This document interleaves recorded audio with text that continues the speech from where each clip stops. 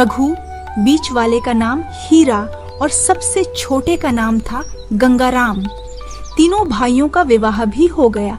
पिताजी गुजर चुके हैं और आज तीनों भाई पिता की संपत्ति का बंटवारा। देखो हीरालाल और गंगाराम, मैं इस घर में सबसे बड़ा भाई हूँ, इसलिए बंटवारे का काम मैं करूँगा। तो तुम दोनों को मंजूर तो है ना? किसी को कोई दिक्कत तो नहीं? बोलो। भैरव भैया, मैं तो बीच का हूँ, आप जो निर्णय लेंगे मुझे स्वीकार है। हाँ, एक बार गंगाराम से पूछ लो, उसे तो कोई दिक्कत नहीं है ना? हाँ गंगाराम, बोल भाई। अरे मुझे क्या दिक्कत हो सकती है भैया, आप दोनों तो मेरे बड़े भाई हैं। जो भी निर्णय लोगे मेरे अच्छे के लिए ही होगा। पिताजी के गुजरने के बाद आप दोनों को मैं पिता स्वरूप मानता हूँ। मुझे पता है आप मेरा बुरा नहीं चाहेंगे। वाह भाई गंगाराम, तुमने तो मेरा दिल जीत लिया। मुझे लगता है अब सबसे पहले हमें खेत का बंटवारा करना चाहिए, क्यों हीरा? हाँ भैया, जैसा आप ठीक समझे। अब तीनों भाई खेत का बंटवारा करने घर से निकल पड़ते हैं। अब बंटवारे में किसको क्या मिलेगा ऊपर वाला ही जाने। फिर थोड़ी ही दूर चलने पर गांव का मुखिया मिल जाता है। अरे आज कहाँ से सूरज निकला है? तीनों भाई, वो भी एक साथ। कहाँ चले? मुखिया जी, आज हम तीनों भाई मिलकर खेत का बंटवारा करने जा रहे हैं। बंटवारा, वो भी मेरे बिना? अरे मुझे तो लेकर चलो। ये दोनों तो मुझे नहीं लेकर जाने वाले। गंगाराम, कम से कम तू तो बोल ही सकता है ना मुझे चलने को, क्यों? नहीं मुखिया जी, ये मेरे बड़े भाई पिता समान है, मेरा भला ही चाहेंगे और आपके बिना जो फैसला लेंगे सही ही लेंगे। आपकी वहाँ कोई जरूरत नहीं है मुखिया जी। ठीक है गंगाराम, भलाई का जमाना तो है नहीं। तुम लोगों का घर का मामला है, तुम लोग जानो, मुझे क्या। इतना बोलकर मुखिया यहाँ से चला जाता है और कुछ देर बाद तीनों भाई खेत में पिता के द्वारा लगाए हुए सेब के पेड़ के नीचे पहुँच जाते हैं। लो भाई, हम लोग पहुंच गए खेत में। हाँ, तो अपने पास एक बड़ा खेत और एक मैड है और हम ठहरे 3 लोग। तो गंगाराम, हम दोनों बड़े भाई हैं, इसलिए खेत में हम दोनों भाइयों का हिस्सा होगा।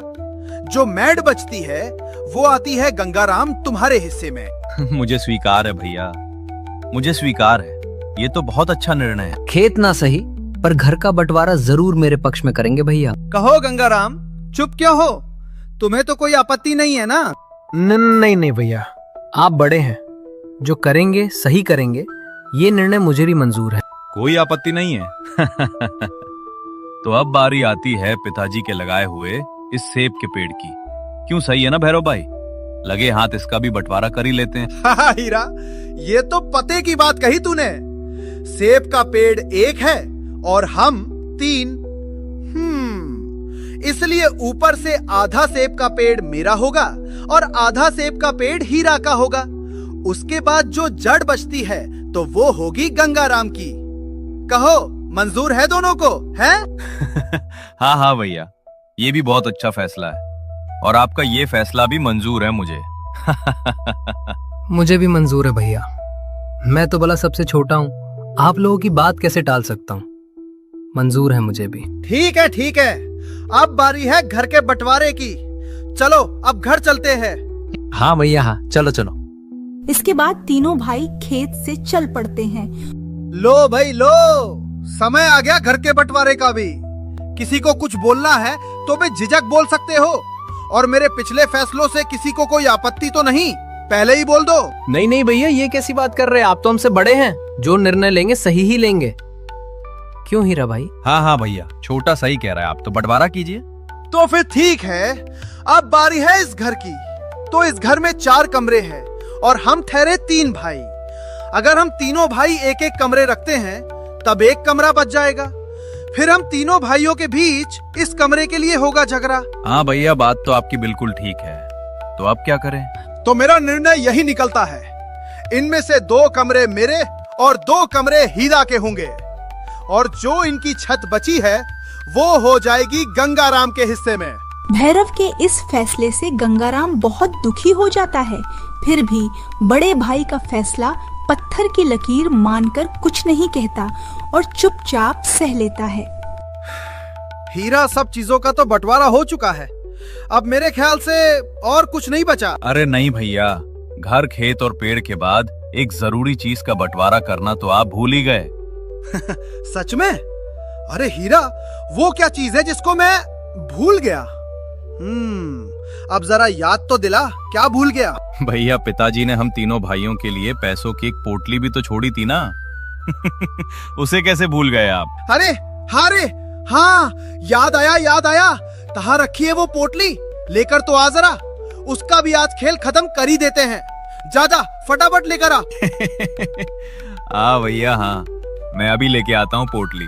और थोड़ी देर बाद एक मटका उठाकर बाहर ले आता है, फिर उसे फोड़ता है तो उसमें कुछ सिक्के निकलते हैं, जिनमें कुछ नए सिक्के थे और कुछ पुराने जमाने के खोटे सिक्के थे। अरे देखो भैया, इसमें तो 2 प्रकार के सिक्के हैं। एक जो अभी वर्तमान में चल रही हैं, और दूसरे सिक्के जो हमारे दादा के दादा के दादा वाले जमाने के हैं, जो कि बेकार धातुओं के बनाए हुए हैं। भैया, तो अब इन सिक्कों का कैसे बंटवारा करोगे? बात तो तेरी बिल्कुल सही है, ये तो बड़ी समस्या हो गई। तो सुनो, इनमें से जितने भी सिक्के अभी चल रहे हैं, उन सिक्कों पर हक मेरा और हीरा का होगा। और गंगाराम छोटा है, इसलिए जो सिक्के बहुत पुराने हैं वो गंगाराम के होंगे। हाँ भाई गंगाराम, तुम चाहो तो इन सिक्कों को ले सकते हो। इस तरह दोनों बड़े भाई घर खेत तो ले ही चुके थे और पैसे भी ले लेते हैं। बेचारे गंगाराम के पास कुछ नहीं बचता। भैया, आप दोनों ने तो सारे रुपए पैसे ले लिए और मुझे दिए तो वो भी ये खराब खोटे सिक्के। ठीक है भैया, अगर मेरे तकदीर में सिर्फ ये खोटे सिक्के ही लिखे हैं तो इसमें आप लोग भी क्या कर सकते हैं? मैं इनको ही रख लूंगा। गंगाराम अंदर से टूट चुका था। उसके भाइयों ने उसके साथ बहुत गलत किया। उसके बाद वह अपने हिस्से के सिक्कों को लेकर जैसे ही घर के अंदर जाने लगा। अरे गंगाराम, तू पगला गया क्या बे? हैं? अरे तूने ठीक से सुना नहीं? अब घर का बंटवारा हो चुका है और इस घर पर सिर्फ और सिर्फ हमारा हक है, हमारा। तुमको तो बंटवारे में छत मिली है, आज से तुम छत पे जाके रहो, क्योंकि तुम्हारा हिस्सा तो सिर्फ छत में है। घर के अंदर पैर भी नहीं रख सकते। हाँ, अब से ये घर हम दोनों का हो चुका है, समझा? भैया, आप ही कैसी बातें कर रहे हैं? मेरे साथ ऐसा क्यों कर रहे हो? अगर मेरे से कोई गलती हो गई तो छोटा समझकर मुझे माफ कर दो। मेरे साथ ऐसा मत करो भैया। मैं कहाँ जाऊंगा? मेरी तो पत्नी भी बीमार है और एक 15 साल का लड़का है। मैं उनको कहाँ लेकर भटकता फिरूं? आप लोग घर में नहीं रहने देंगे तो हम कहाँ रहेंगे, क्या खाएंगे? आप ही बताइए। अरे गंगाराम, ये तो तुझे बंटवारा करने से पहले सोचना था ना। बाद में पछताने से क्या होगा? तेरा इस घर के अंदर कुछ नहीं है। सब ऊपर है, जो भी करना है ऊपर ही करना।